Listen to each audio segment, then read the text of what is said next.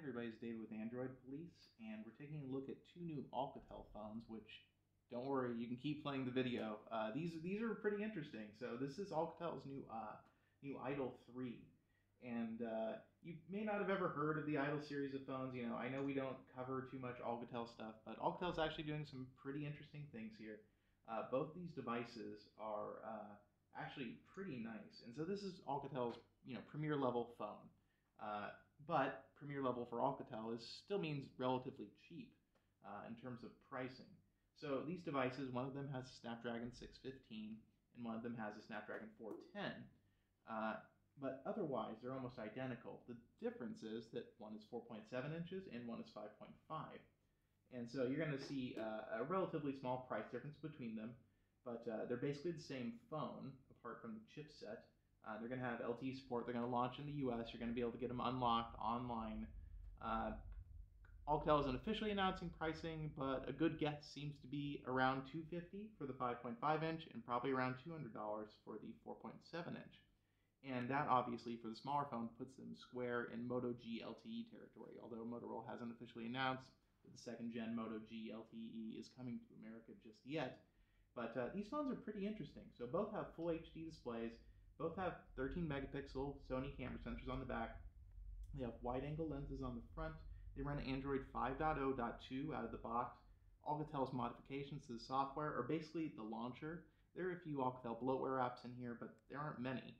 And if you replace the launcher, you probably wouldn't be able to tell it from stock Android. It's a pretty light modification layer. As you can see, you've got the stock volley pops up here for notifications and everything.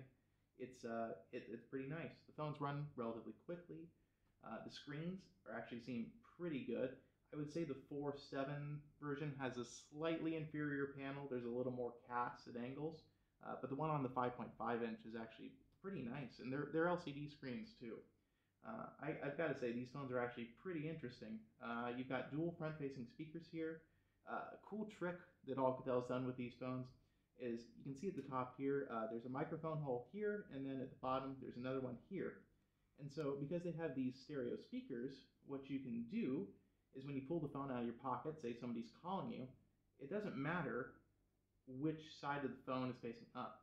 So the phone will know how it's oriented, and so it will switch to the microphone and speaker based on the direction the phone is currently oriented in.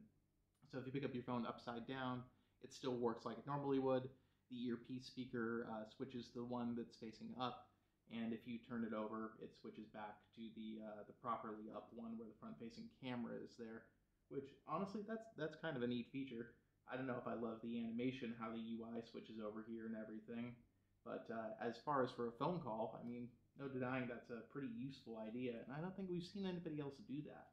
So that's kind of neat. These phones are going to be out in the second quarter of this year. And again, there's no official info on pricing yet, but they will be available in America and other parts of the world, and they will be competitively priced. And as you can see, I mean, with these Qualcomm chipsets in here and the 1080p display and 13 megapixel camera, the Idol 3 is shaping up to be a serious budget competitor.